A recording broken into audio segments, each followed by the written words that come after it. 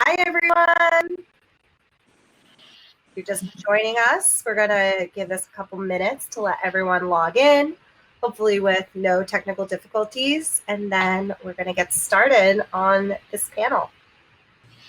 Let's just kick things off with what to expect today from today's panel. We have an incredible group of women who are going to share their incredible insight on both the healthcare, the career, and the home life of growing your family, trying to grow your family, and empower you with as much information and advice and guidance as possible so you can walk away with hopefully a sense of what's the best right next step for you guys in growing all of your families. To get things started, so we have plenty of time for everyone, I'm going to turn it over to our three panelists to introduce themselves. And so I'm going to be disappearing so they can show up. So I'll let the Natalist team get that set up right now. Let's check the webcams. Hi, let's kick it off with Eve, who popped up first.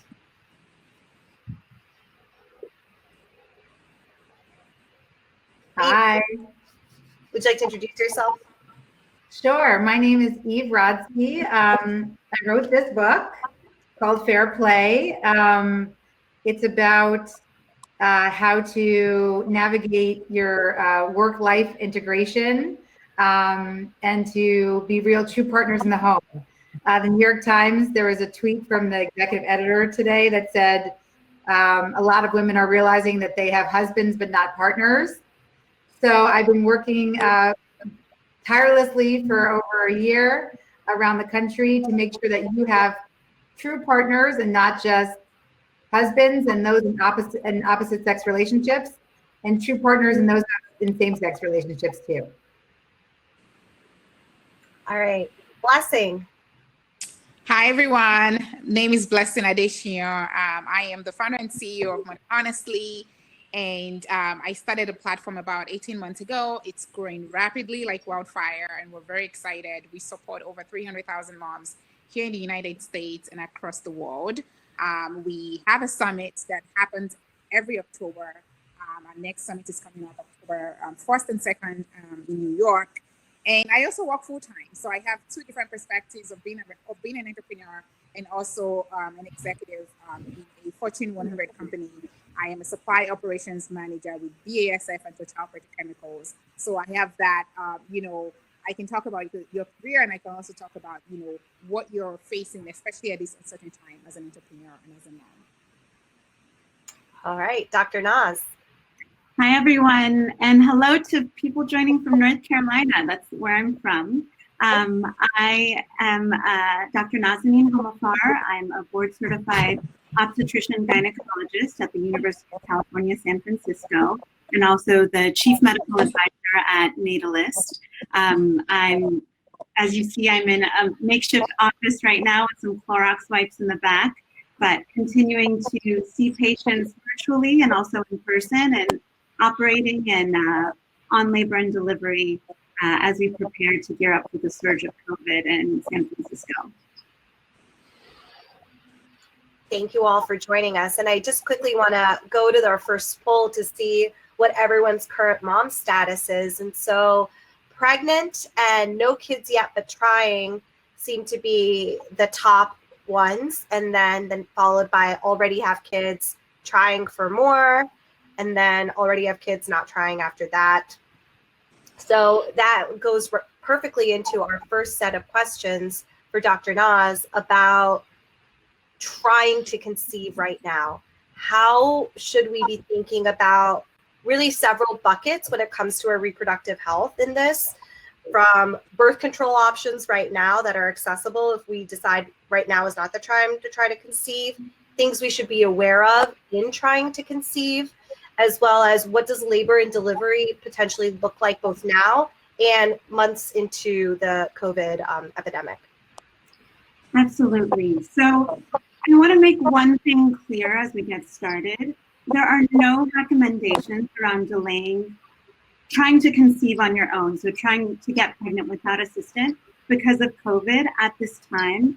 per our major professional organizations, including the American College of Obstetrics and Gynecology and the Society for Maternal Fetal Medicine Doctors, we know that in terms of risk to the pregnancy, including the risk of miscarriage or congenital anomalies, there's very limited data regarding the risks associated with infection in the first and second trimesters.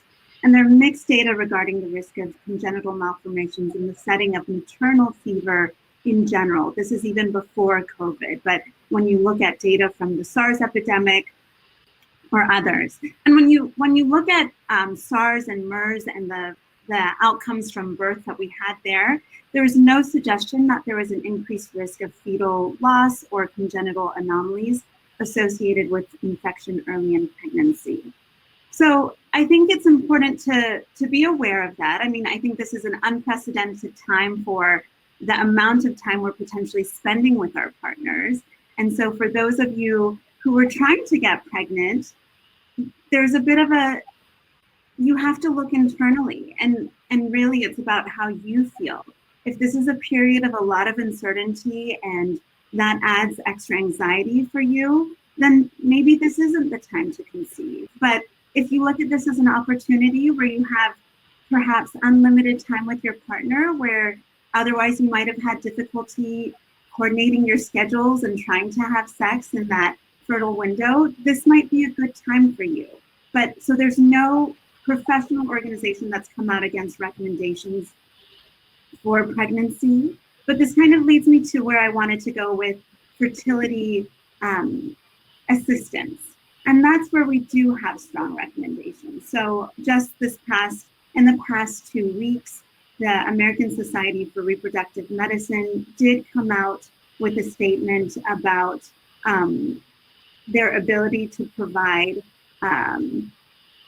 assisted reproductive technologies. They issued this on March 17, and the recommendations were to suspend initiation of new treatment cycles, including ovulation induction, intrauterine insemination, in vitro fertilization, as well as non-urgent egg freezing for patients who were anticipating using this. They're trying to minimize in-person interactions and increase the utilization of telehealth. And I know that this is really tragic and heartbreaking for many people who are anticipating using these services to get pregnant.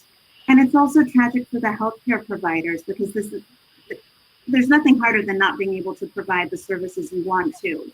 But this was done with the intention of making sure we are truly looking at what type of procedures are absolutely necessary in this time. And we're trying to reduce the risk of spread of COVID, reduce the use of personal protective equipment, and help protect others from potential exposure.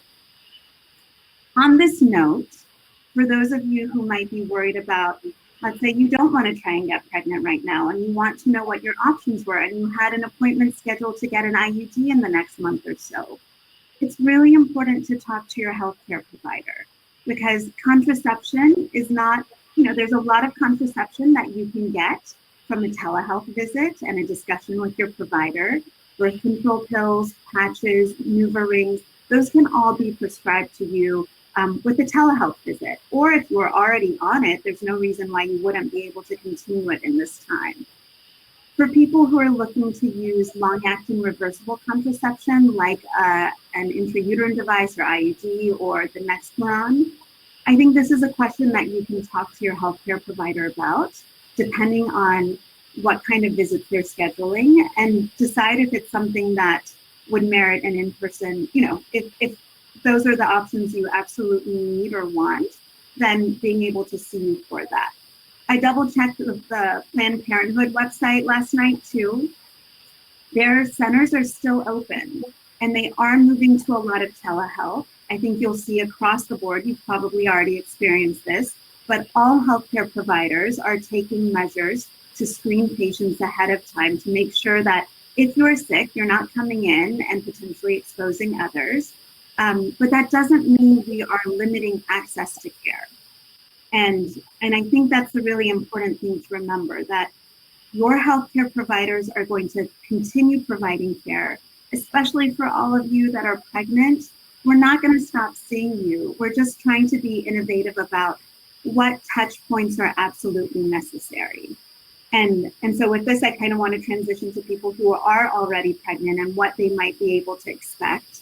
I know in our own practice and in talking to my colleagues across the country, in some ways, this has provided us an opportunity to really think critically about what is necessary when we ask patients to take time out of their day, come to appointments where we're usually running late and they end up spending a whole afternoon. Like, what do we need to do? And I think you will find in talking to your healthcare providers, and they should all be reaching out to you, and you should all feel comfortable reaching out to them and saying, hey, can I get a general idea of what the plan is going forward?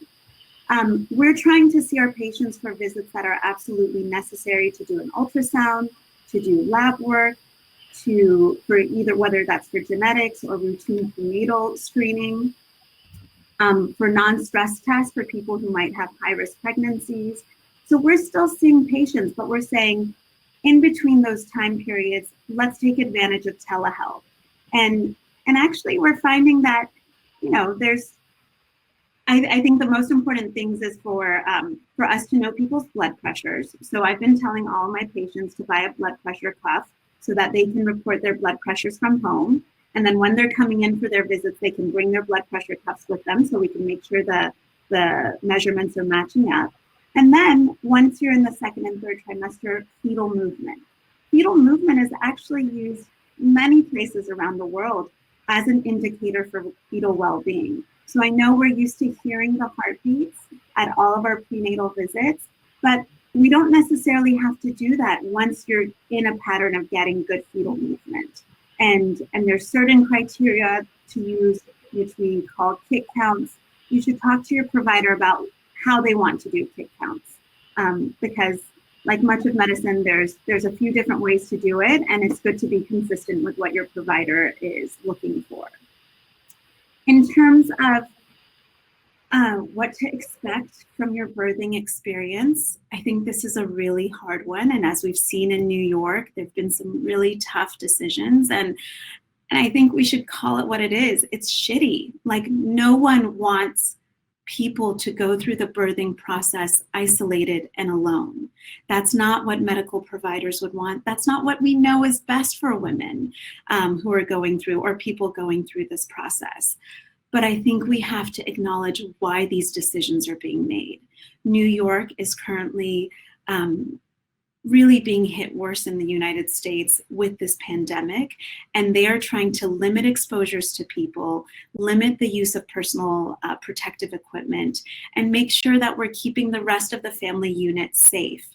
And so I think just acknowledging, trying to understand where the decision is coming from.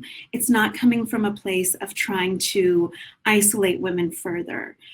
It's trying to make sure we're keeping as many people healthy and safe as possible. And please know, like, even if you are in a hospital that doesn't allow visitors, which to my knowledge, right now, I only know of New York. San Francisco, I've checked. All of our hospitals are operating with a one visitor policy, which means you can have your partner or support person with you, and it's that person throughout the entire process. You can't change them out with other people. But there are other people working. We're still showing up to work. You're still going to have your nurse who's working one-on-one with you. You're still going to have the support of your midwife or resident doctor and attending OBGYN. I think we want to make sure people still feel supported. And while it's not the same in any way, but using FaceTime or Skype might be able to, we might be able to bridge some of the anxieties people might have about going through this alone. There's been a lot of talk and chatter I've heard from people about potentially looking into home births. We know that home births are safe for a subset of people. We know home births in the United Kingdom have been great for outcomes in people who are uncomplicated. I don't necessarily think this is the time, if you're third trimester, to explore if this is an option that you would be willing to consider, because I read this beautiful statement that I'll share with you from the New York Home Birth Collective yesterday that you guys can Google, but it was really poignant. Well, one, there's limited capacity to provide home births, and you want to make sure that the midwives who are providing home births are also staying safe and healthy to be able to provide their services to everyone. And two, there was a good point that if you had picked a hospital from the first place to have your home birth, there was probably a good reason behind it. It was because you found safety in a hospital setting. So when you're in this time period trying to juggle why you might be looking into a home birth, I think it's important to remember, why was the hospital a safe place for you? Was it the monitoring of the baby? Was it making sure you were in a place because you didn't want to have to transition quickly in the event that you had a complication? Like, explore why the hospital was where you wanted to go, and try and work with your healthcare provider to help address what anxieties you might have about going to the hospital.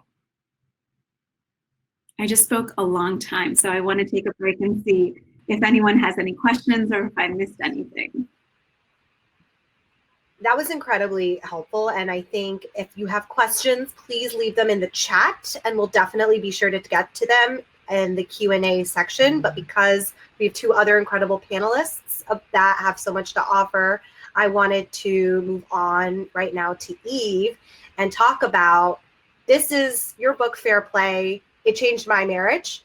And right now, I actually brought the book with me. We're in my parents' house in Pennsylvania to replay the game that's outlined in the book, to talk about how do we divide and conquer all the tasks of keeping this home running while caring for my two young children kind of together, so my husband and my father and I can all work.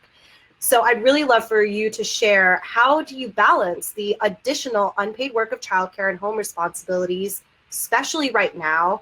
How do you better divvy up domestic responsibilities with your partner?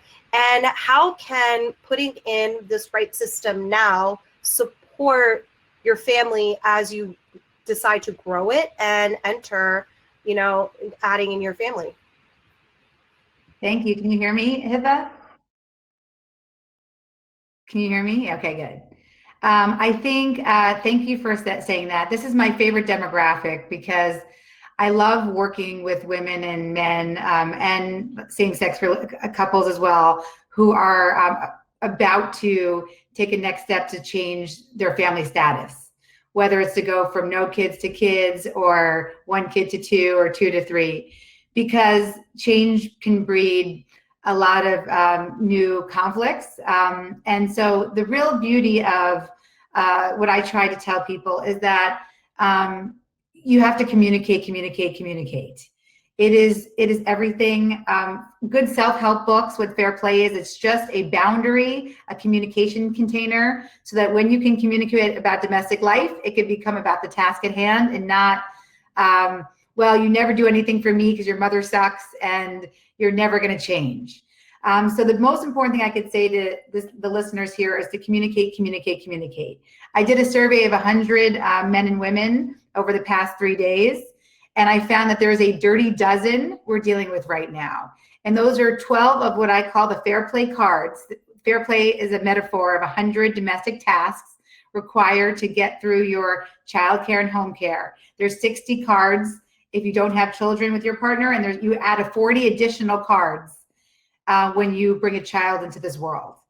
But the dirty dozen right now are laundry, groceries, meals, home supplies like hand sanitizer and wipes, emergency planning, like what happens if we have to leave New York City, where do we go? Tidying up, cleaning, deep cleaning, dishes. And if you have children, social interactions for your kids, what does that look like? Watching them, whether they're infants all the way up to, you have to watch a teenager, because otherwise they could be in their room doing crazy things. Homework and homeschool, and garbage. So those are the 12, the dirty dozen that in my survey are causing the most consternation in homes right now. Because how do you do all of those extra grindier tasks when you're trying to, 63% of us are in 2-parent working homes. So how do we do this so it doesn't always fall on women? Well, like I said, you communicate, communicate, communicate. And these are what I'd like to say. Instead of investing in toilet paper, invest in your partnership. And you do that by having a nightly check-in. So I have lots of women especially who say things to me like, well, I don't really want to communicate about domestic life. It's too triggering. Anytime I bring anything up, like there's a sponge in the sink or do the dishes, I might as well just do it myself in the time it takes me to tell him what to do in opposite sex relationships. Well, I'm here to tell you that of course it makes sense to tell him what to do, because otherwise you're going to be doing it forever at the expense of your time and your sanity and your career. And so what I mean by that is you start a nightly check-in, you invest in that check-in, you spend 20 minutes and you start with your why. If something is bothering you, instead of saying, I need you to clean up the dishes, or you need to, which people don't respond to, instead start with your why. I'm feeling very overwhelmed right now with what's going on, and I can't control anything in the world. So when I notice that no one in our house is washing their hands, including our kids or you, I feel like washing our hands is one of the only things we can control in this crazy, messed up situation. So that's why I've been asking you to wash your hands. Give context when you communicate. So number one is to do a nightly check-in, because feedback in the moment is what women love to do, and it can be toxic. Number two, don't communicate when emotion is high and cognition is low, because your partner can't hear it. Save it for when, again, a nightly check-in, another time. But emotion is high and cognition is low a lot of the time right now. And so write down what you need to say, and the person will receive it better if emotion is low and cognition is high. And that's typically when children are not around. And finally, I just wanted to say that we've somehow gotten to a cultural conversation about the life-changing magic of organizing our junk drawers. I'm here to tell you that there is life-changing magic in a long-term planning for your life. And that also includes not just your prenatal plan or your birth plan, but it's looking at how do you want to live your life 5 years out, 10 years out, 20 years out? Do you want to be in the workforce still? Do you still want to be married? How many children do you want to have? This idea that we're just going to figure it out doesn't work that well for women who are what I call the default or the she-fault caregivers in this country. So the number one piece of advice I could say is let's get rid of this cultural conversation of organizing our junk drawer. And as women, let's start talking about the life-changing magic of long-term thinking. And what that means is hang on. Don't get thrown out of the workforce like I did. I call myself in fair play, I'm an accidental traditionalist, where the second I had my kid, I hadn't asked for any flexible work time. I was completely overwhelmed. And so I said, well, it's on me to leave the workforce because my husband makes more money than me. And I just decided to start my own business, which was extra hard and extra stressful. And I sort of wish I had kept my benefits and my corporate structure, but I had no way to think about those things because I had not been thinking about a long-term plan. I was just thinking day by day, I'm just going to figure it out. And I don't believe that anymore. I believe in the power of long-term thinking.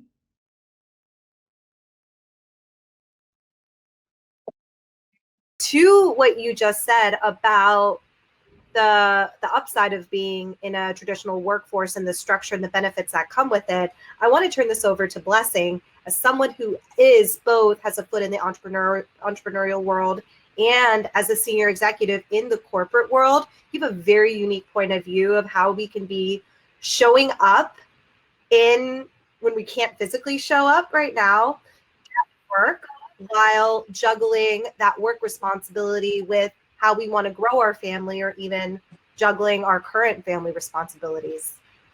Absolutely. I know that at this time, it's very tough to to wrap your head around everything that is happening. You have work, you have, homeschooling. I saw a list. There was a mom that posted a list sometime last week, and it was about 30 things. And I was like, there is no way I'm getting this done while, again, focusing on my career and my work. So I think first things first, when it comes to, a lot of you have mentioned that your career is very important right now for you to understand how to manage that. And my advice to you is, first of all, take care of your family, because your family is the most important thing. And the kids need you. Your home needs you. So you need to figure out, have a game plan. And I'm glad Eve went first, because again, your spouse, if you have one, is going to be very, very instrumental in making sure that everything works properly. So I would definitely have a plan. The second thing when it comes to your career is think long term.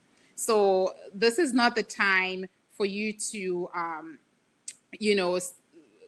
focus less on your work, because unfortunately we're in a situation where we're all working virtually, and you kind of need to keep yourself front and center in a very, very subtle way. So one of the things that I've recommended people to do is just check in with your manager at the beginning of the week. Here are some of the things that I'm getting done this week.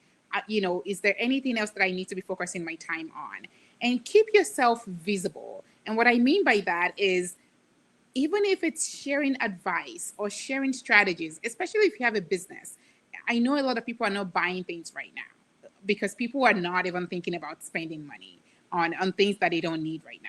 So what you need to do is share some strategies, share some tools, share some advice. What are the things that you can offer people right now that can really help them in their home or in getting things done right now? So I would think about creative ways to connect with your customers. If you're in a much more traditional role, think about how you can make yourself visible, whether it's sharing strategies with people on, oh my goodness, guys, I found a link on how to work from home with kids, or I found a link on how to create, one of the things that I did was actually put together a business continuity plan for my department.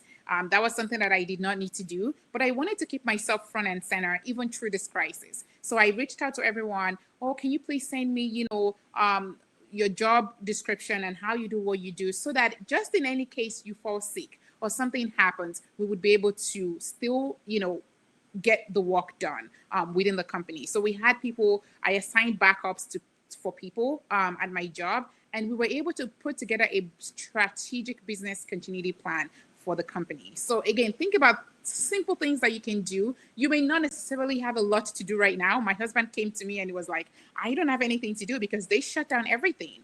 So I said, well, let's think about the things you can do. So this is the time for you to offer help. Because it's very easy to say, oh, I have nothing to do right now. I'm just going to stay home and watch the kids and eat the snacks. And, I'll just check my emails and that's it. No. That's not it, because you don't want to be part of that 20% of unemployment that is coming. It's very real. Again, things are changing as we go, right? We're all losing investments, losing our savings, but the unemployment is coming, and we don't want you to be part of that statistics. And unfortunately, women are going to be at the forefront of that number, right? It's very easy to say, oh my goodness, we don't need this woman anymore. She's just an admin, right? Everybody do your own admin work. So again, just think about different ways that you can keep yourself at the forefront of this crisis. In terms of managing, I know a lot of people are on leave right now. Some people are on maternity leave. They don't know what they're supposed to do, going back to work. Again, check in with your manager. As Eve described, communication. Communicate. Be very, very open. I am on maternity leave. I'm supposed to come back next week. I know the coronavirus is an issue right now for the company. I am here to help if there's any way. I'm reviewing my job descriptions. I'm reviewing all the things that I'm supposed to be doing right now. I'm going to use the next 2 weeks to onboard myself back into the company. I'm going to schedule some meetings with this manager or that manager to make sure that I understand where the business is and how I can support. So again, give yourself some responsibilities, even if your manager is not giving you responsibilities. That is the only way to keep yourself front and center and making sure that people remember you. The last thing I want to say is network. I know it sounds weird. You cannot network right now because you are in a 2,000 square feet, or so for some of us 900 square feet apartment. The only thing you can network with right now is probably your dog. But there are so many things that you can do to network right now. And one of the things that you can do is embrace the sense.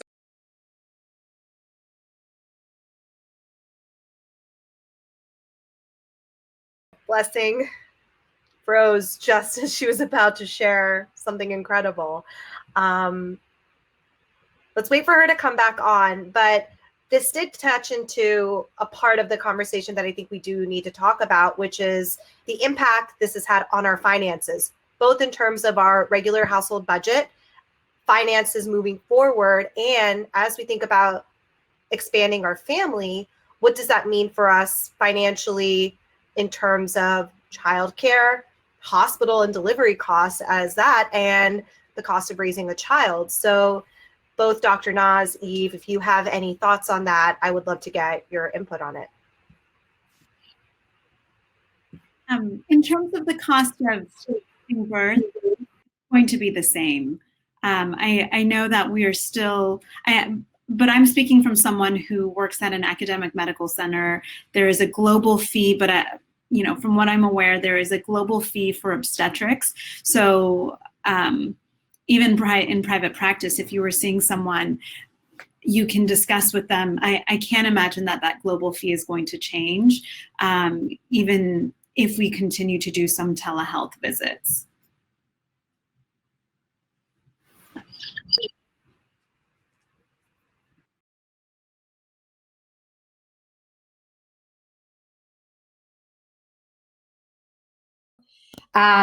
Yes, I think the number one thing I would say is do nothing right now.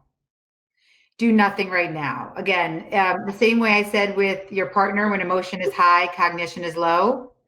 When emotion is high, cognition is low regarding your finances.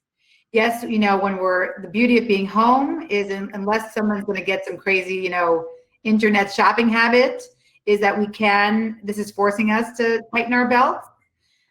Because we can eat at home, we can cook, we can, assuming our partners are helping us, we're home. But I think that the number one thing I would say is emotion is high, cognition is low right now. So don't do anything. Don't try to leave your job. Don't launch anything right now. Just stay in a holding pattern. The same way I would say right after birth. If you're in your job, don't do anything drastic. Don't do anything rash. Stay in a holding pattern. We're all in this together. So while all of our, boats are sinking, rising tides lift all boats. I do believe that the economic fundamentals of the economy are still there.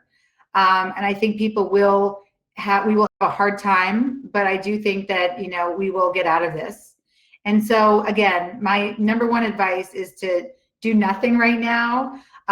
Except for, as Blessing says, try to keep your job if you have it. The most important thing we can have in this country is our own social safety net, because unfortunately our government has given us none. We are 27th in developed nations for everything, healthcare, for paid leave, for any sort of maternal support after babies. We are expected to do it on our own. So the silver lining of this is that we are all in this together. We are all here for each other.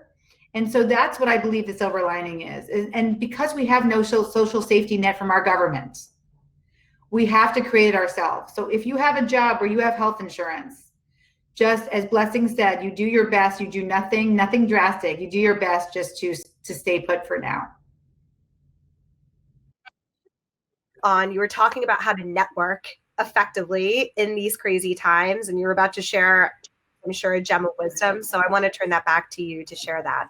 Yeah, absolutely. I think, sorry for cutting off there. I think it's very, very important at this time to remain visible in your career, because as you all know, it's tough for women out there in the workplace.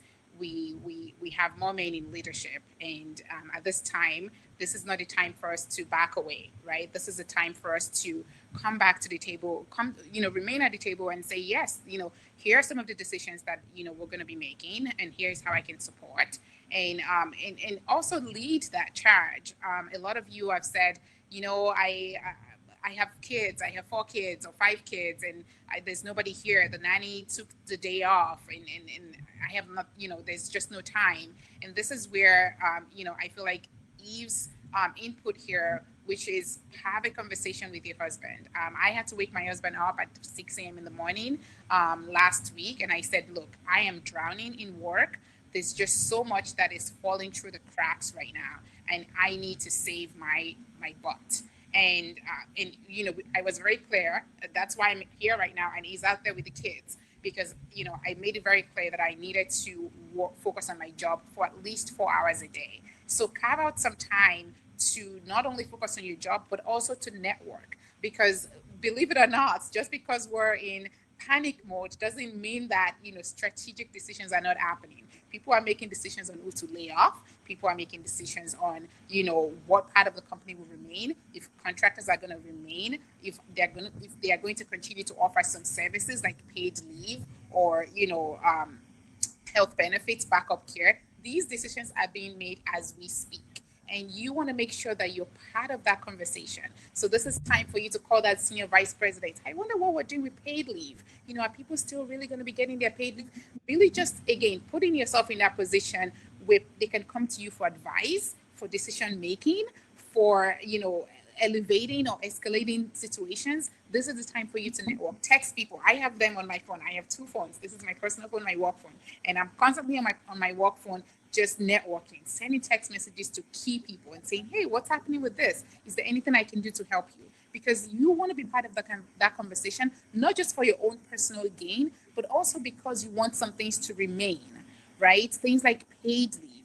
I have been working tirelessly with my company on our remote strategy, and I'm bringing in key partners like the Mom Project, Work 360, and saying, hey, I know organizations that can help us with this right now. I know we need these things. Here are some resources that I've personally vetted, and I think that this is a good time for you to talk to them. So make yourself valuable as much as you can. And this is just my own personal experience. If you're a doctor or a lawyer, think about resources that you can bring on right now to help your company, because that is the only way for them to remember, hey, this girl, she's really busy. She's really helping us out during this serious time. And we know she has a family, but she's here doing the work that we need to keep this company afloat. So this is a time for you to keep yourself valuable and forefront by simple things, text messaging, emailing, nothing physical. But again, people will remember you and come to you for advice.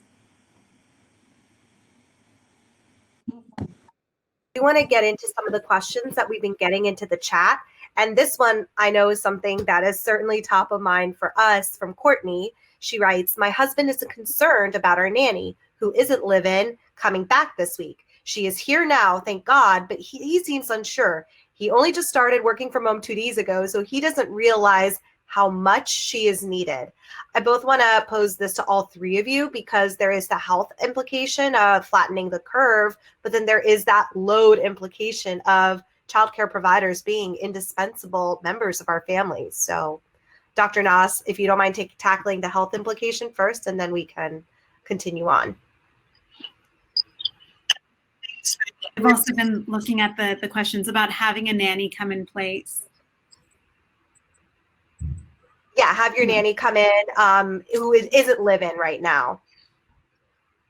I mean, I think this is a hard one, and it depends on where you're living and what the shelter-in-place rules are.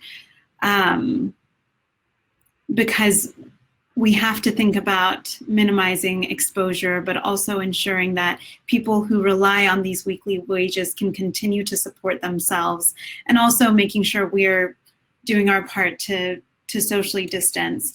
I will say, as a healthcare provider, my nanny is still coming, and we have been very open with each other. If I am to get sick, which I'm assuming is going to happen at some point, or if she were to get sick or someone else in our family, we would tell each other and have, continue to pay her and let her work from home. I know she drives to our house. She does not use public transport. She also has limited social interaction. So we have, given our situation at home and the fact that I have to come into the hospital every day, we have decided that this is something we're going to continue. I feel for people who are in this situation and rely critically on their childcare providers. I am not finding this particularly enjoyable. Like, I love my children, but there's a reason why I have a career. Like, I like being able to do both. And I'm thankful for people who are full-time childcare providers and managing so much. And I'm thankful for people who are managing professional jobs and ones at home. I think there's no medical advice around this, but just that I think it's important to have conversations with people that you might continue interacting with to understand how many people they're interacting with, how high risk are they for falling ill from COVID. You know, we do know that I would put pregnant women in an immunocompromised bucket, as well as those who might have other comorbidities like asthma or respiratory issues, and decide what feels best for you. Blessing?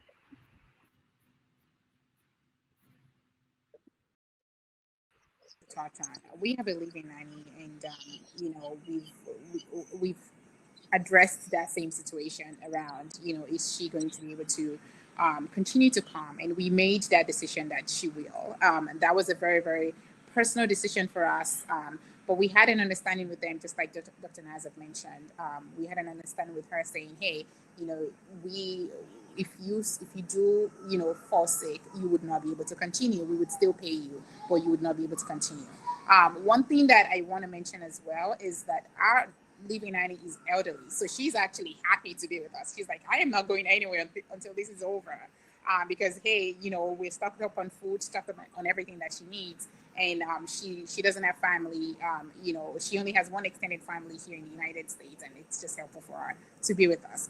So we want to be clear on that. But I've spoken to a lot of moms within our community on how they're handling this, and a lot of them are basically keeping their nannies away, because the nannies also need to take care of their family as well at this time, right? Especially if they're younger women or men. And so they need to take care of their family as well at this time. So they're basically just paying them either half or full. So again, think about your situation. If you have multiple kids, maybe 3 or 4, I would say that you probably need the help, especially if you are in a high performing career.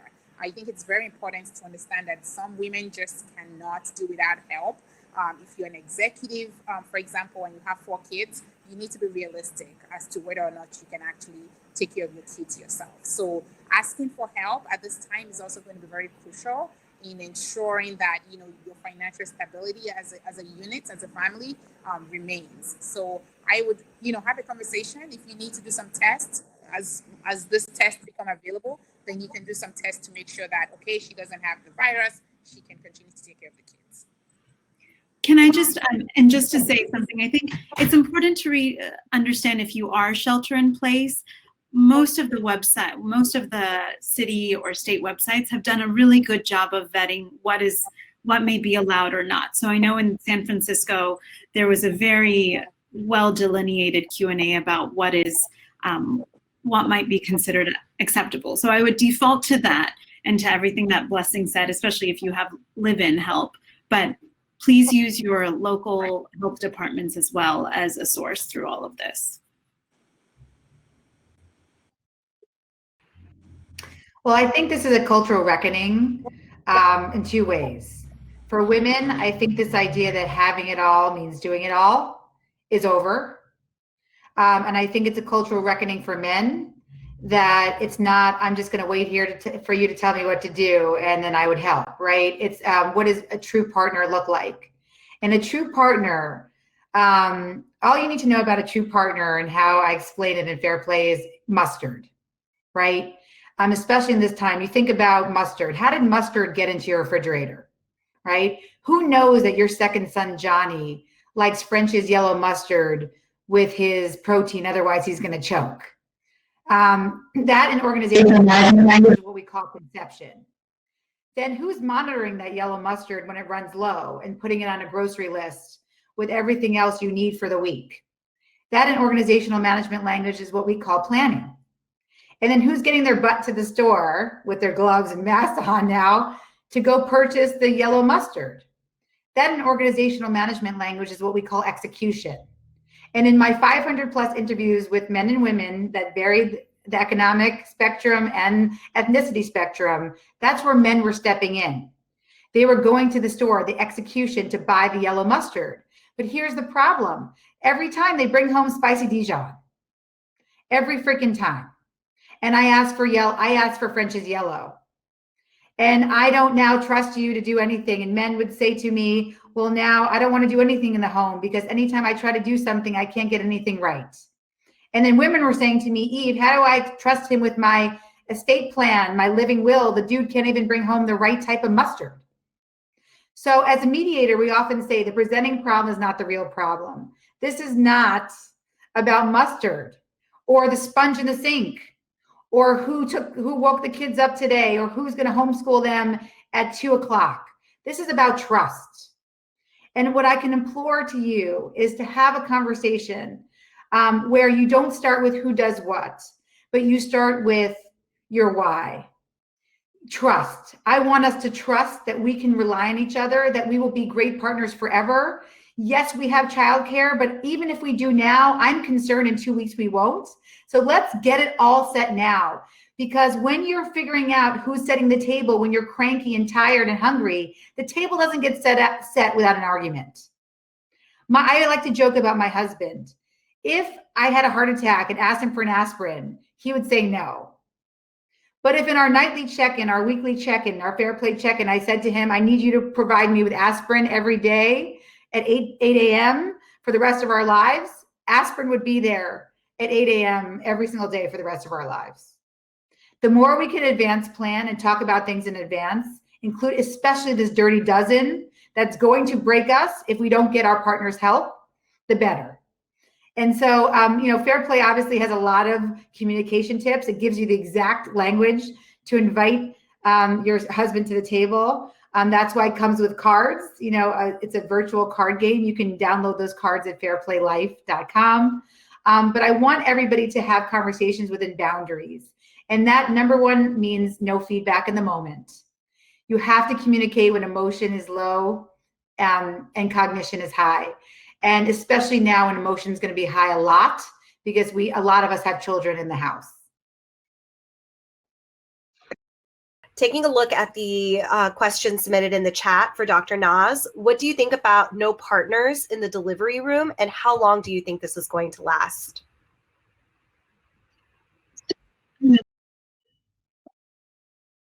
And I know I keep using this term, but I think it's true. I mean, it's heartbreaking, but it's coming from a place of needing to make really important decisions about reducing risk of exposure, reducing use of personal protective equipment, and making sure that we can focus on providing the care we need without making more people sick, whether it's the healthcare workers who are providing the care, or the patient or the family unit who we want to keep healthy as well.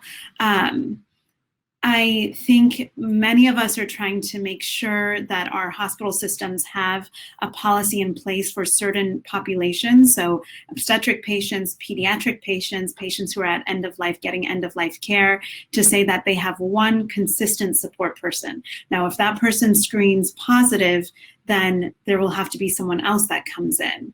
I don't know how long in places where these policies are in place. I can't tell you how long they'll be in place. I mean, New York is facing something horrendous right now. They don't have capacity to take care of all of their patients, which is why they've had to come up with this policy. I think in San Francisco, I've been really impressed with the thoughtfulness of all of the medical centers and all the steps we've been putting in place now that we've had the advantage of seeing how it's hitting other places in the U.S., so that we can hopefully maintain a policy and protect people enough so that we will continue to offer that one support person. As I've mentioned in the chat, I encourage you to be innovative about what it means to have that support person. Maybe not for the labor part, but for office visits or counseling, FaceTime your partner in. There's no reason if you are going in for a prenatal visit and they're doing an ultrasound, ask I think most healthcare providers at this time want to be able to meet the needs of the patients and needing support, and would be open to having you bring in your partner or support person virtually. To something you touched on briefly, but looking for some more tips on this. For moms that are on maternity leave right now and are worried about potential layoffs down the road, given the path we're headed on, what kind of advice do you have for those women, especially the ones who are breadwinners for their families? Absolutely. So right now in the United States, we have about 65% of moms that are either breadwinners or co-breadwinners. So that is a very, very, very high number, considering where we're at right now. So naturally, some of those moms are on maternity leave right now, and they're very, very worried. And we've been hearing from a lot of them. My first, advice is please just check in with your manager as soon as possible. Don't think, oh my goodness, I'm on maternity leave, this doesn't affect me, I'm just going to keep relaxing with the baby, or not relaxing with the baby, as we know. But honestly speaking, check in with your manager, because you don't want to be blindsided, suddenly by this. Just check in very quickly and say, hey, I noticed, we've all gone virtually now, and I'm on maternity leave, but I want to make sure that, if there's anything you guys need, I'm here to help. I know I'm on maternity leave, but here's my action plan on coming back to work in the next 2 weeks or in the next 3 weeks, however many weeks you have left. Just remind them that I have 2 weeks left in my maternity leave. And once that's over, here's my action plan on how I can support the team. So from where I'm at, I'm just giving you a very good example. I would say, here, Blessing here, just checking in. I have 2 weeks left in my maternity leave. I know that we have some supply issues right now due to the coronavirus. And, I have some great ideas on how we can, support this unit or that department in making sure that they're expediting all of our logistical needs. Just put very briefly, it doesn't need to be a long email, but it shows that you're thinking about the company and that you're also thinking about coming in once this is all over to help them out. So I would put myself, again, this is all part of the networking that we talked about initially. So that's the first thing I'm going to do. If you still have a longer runway for your maternity leave, let's say you just started and it's still 16 weeks down the road, I wouldn't worry too much yet. I would just send a very quick email saying, I'm thinking of you guys. I know I'm on maternity leave, but please let me know if you absolutely need me to step in at any point. It shows that you're considerate and that you're willing to do whatever it takes to help the company during this time. Dr. Naz, a question for you. What if we contract COVID during the window to birth? Great question. I was just trying to reply to Arna about that. So it depends on where you live. I mean, I think you should talk to your primary care doctors or OBGYNs about the phone line. I know at UCSF we have different respiratory screening centers. And so if you are concerned about your symptoms, you should contact one of these centers to go in and get tested.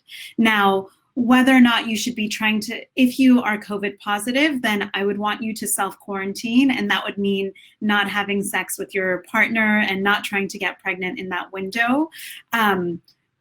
We don't, at this point, have enough data to know if there are long-term implications for people who are COVID positive and get pregnant.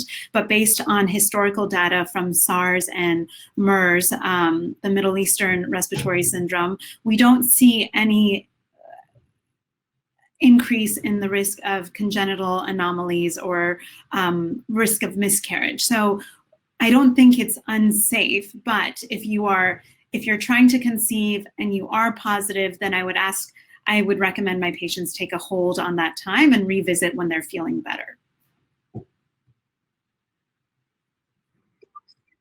And taking a look at some of the other questions that we've had come in,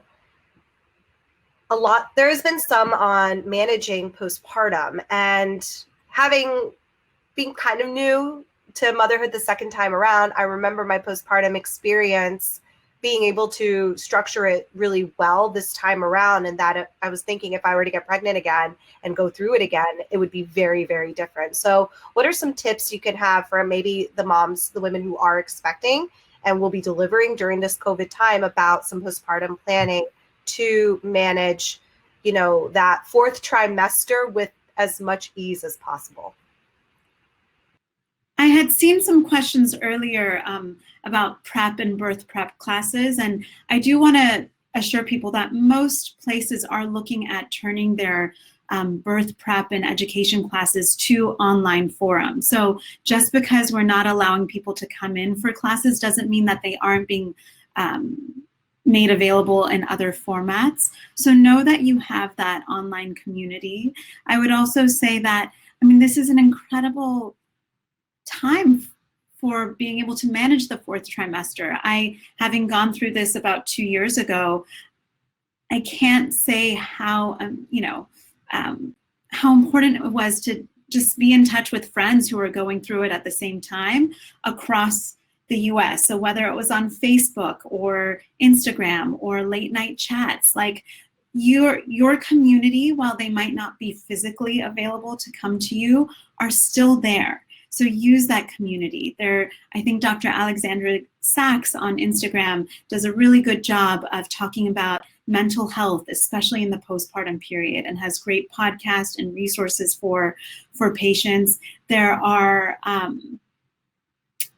and I mean, there's so many more, but I will say that this would be a great time to do a search, or maybe we can come up with a list of resources people can use online, and also lactation consultants. Now, I would be interested to know what they're doing, but I think there is still a role for lactation consultants to be able to assist people virtually. I know for physical therapy, or people who might be needing pelvic physical therapy, our therapists here at our medical center have continued to do telehealth visits.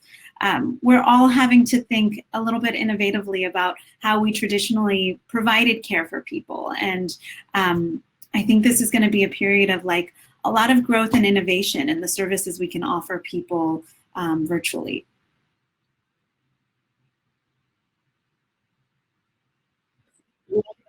Contribute?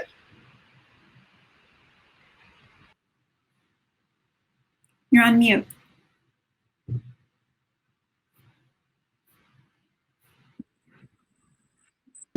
Oh, over to me. Yeah.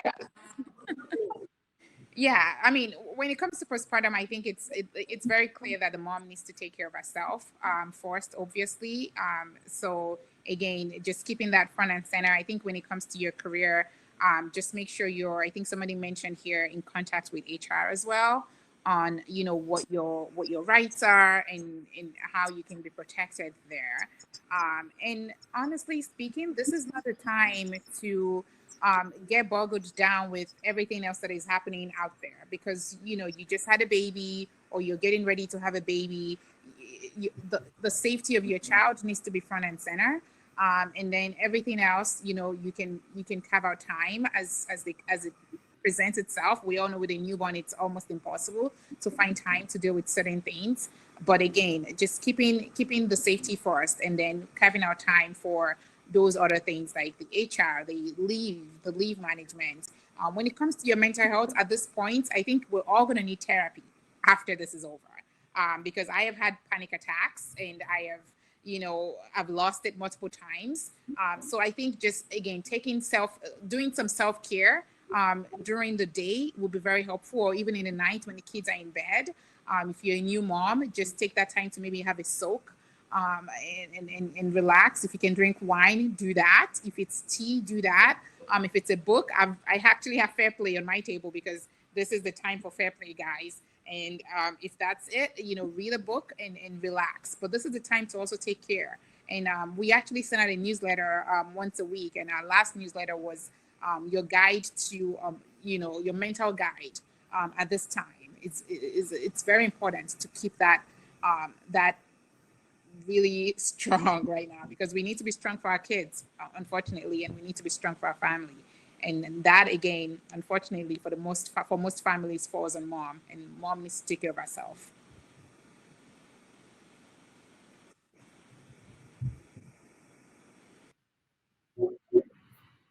I think I just want to leave everybody with when I'm researching a lot about women's happiness for my second book. Because a lot of Fair Play, I talk about what happens when we lose an identity as a human being other than a parent and a worker, especially when women in midlife.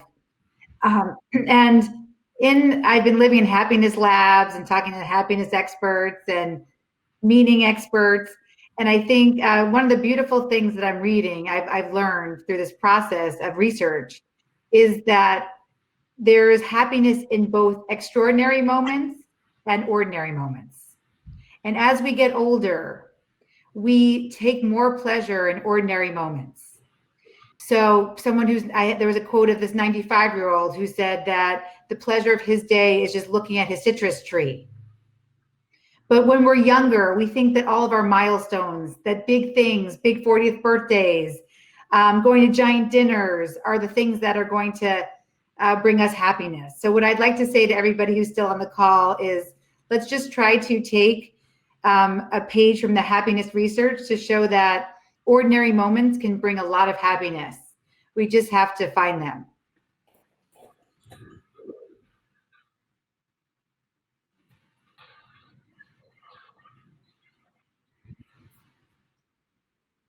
Thank you so much for joining.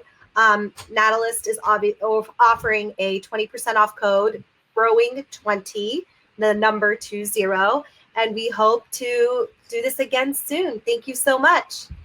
Bye.